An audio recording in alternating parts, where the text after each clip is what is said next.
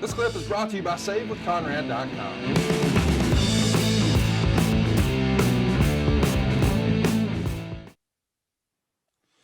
Let's do one from Dan Potts. Jim, did you have any interactions with the Von Erich family, and what did you think the future held for David had he not passed away? Well, David would have been an NWA champion. He'd have had a run. He was popular amongst the core players, like Harley Race had great matches with David.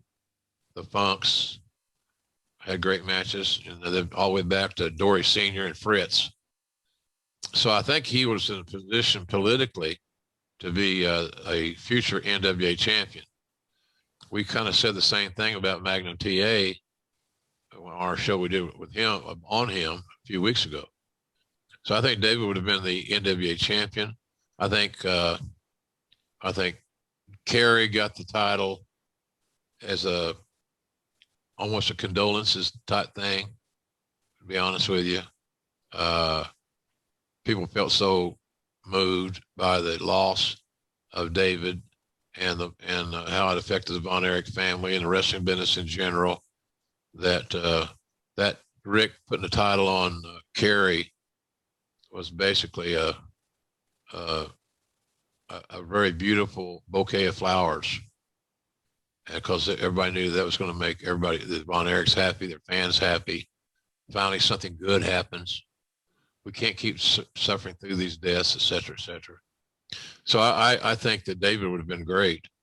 The thing those kids always had to overcome, we used to book them in the Mid-South, UWF, because it was just a short hop from Dallas up to Oklahoma City or Tulsa. And I remember right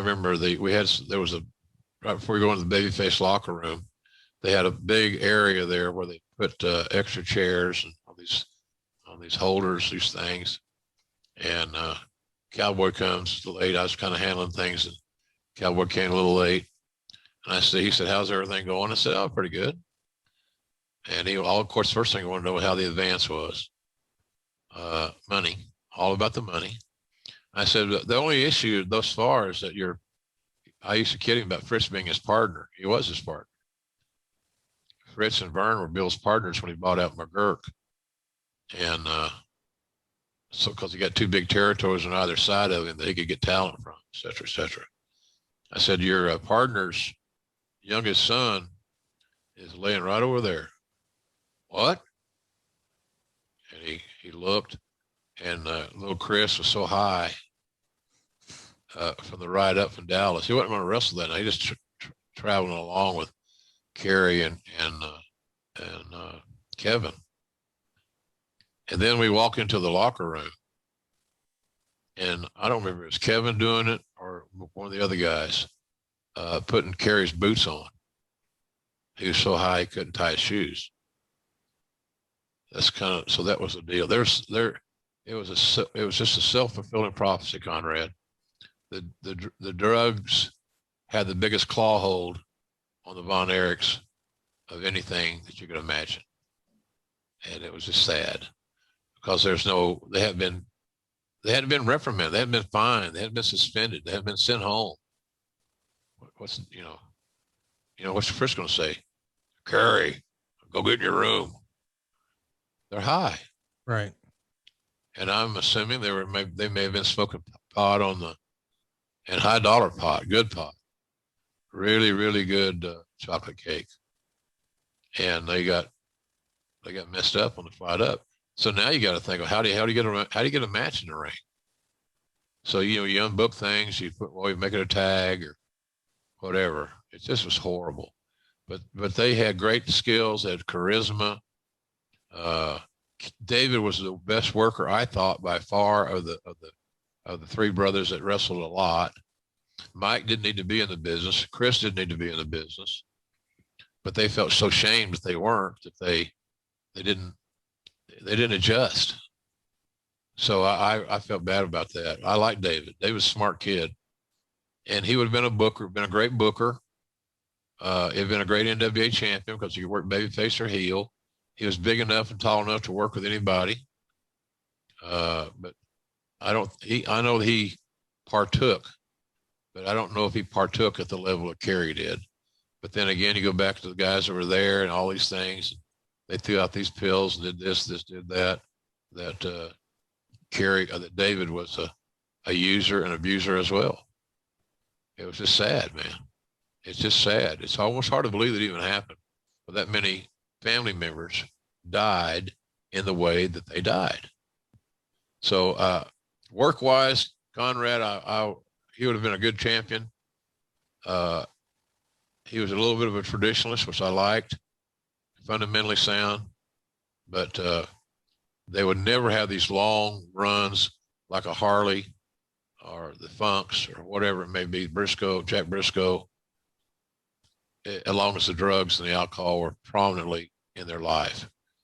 And it looked like there was no chance they were going to get away from that. And as it worked out, the only one that survived it was Kevin, who's living in Hawaii now, and his sons are working for MLW and all this good stuff. And I like Kevin. Kevin's got he reminds me, remember that movie years and years ago? You weren't even maybe born.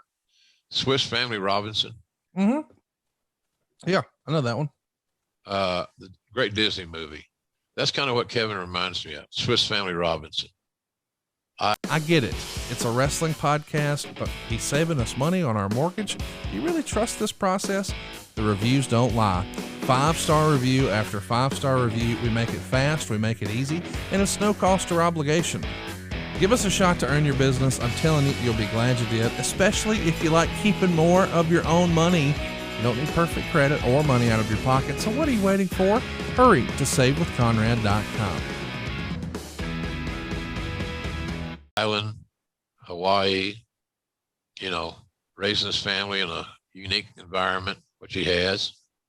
And I've met those two boys of his, and they're very well mannered, very professional, and Kevin should be very proud of those two boys, because they're, I don't know how great they're going to be or anything like that. I'm not saying that. I don't know, but I know the times I've been around them, I've been very impressed with them.